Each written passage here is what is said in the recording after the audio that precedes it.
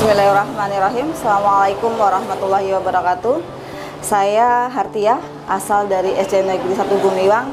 Saya ASN di Kabupaten Banjarnegara. Saya ingin menceritakan pengalaman pribadi saya berkaitan dengan pemakaian kangen water.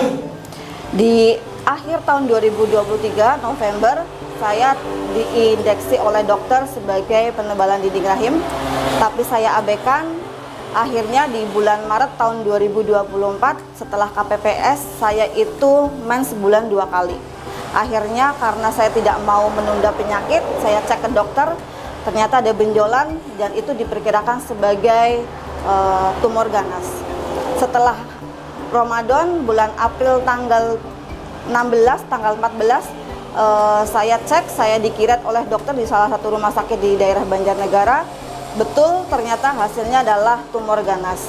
Saya dilanjutkan pengobatannya ke rumah sakit yang sesuai dengan penyakit saya, di Rumah Sakit Margono di daerah Banyumas. Saya dikatakan dokter untuk segera dikiret ulang dan diambil rahimnya karena tumor itu sudah ada di rahim saya. Tapi qadarullohnya saya belum sampai ke serviks.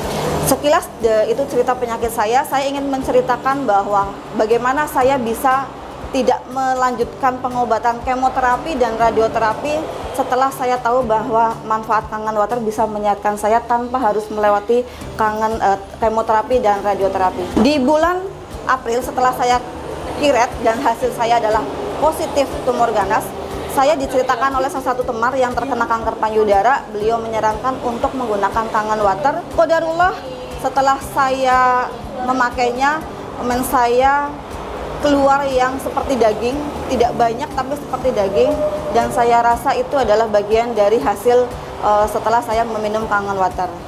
Selanjutnya saya tetap melanjutkan kangen water sampai pengobatan berikutnya.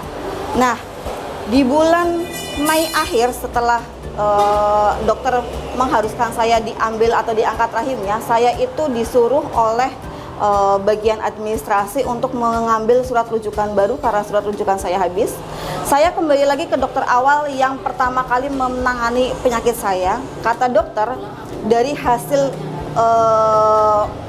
laborat kiret saya yang di rumah sakit berkelanjutan mengatakan bahwa tumor ganas saya itu masih sangat bagus, belum sampai setengah rahim kena.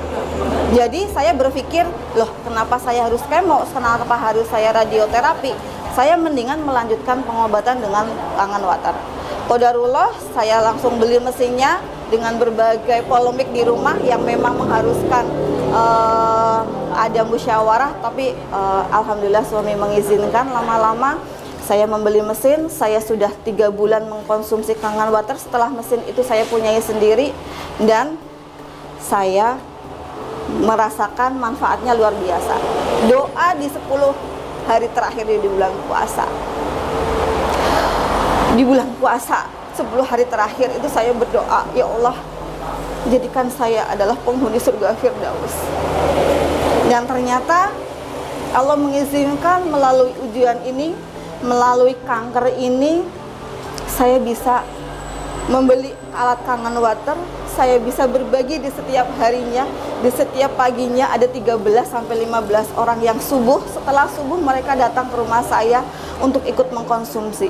Masya Allah, sakit itu menurut saya pasti ada solusinya, dan solusinya yang diberikan oleh Allah sebagai zat yang maha penyembuh adalah menggunakan kangen water.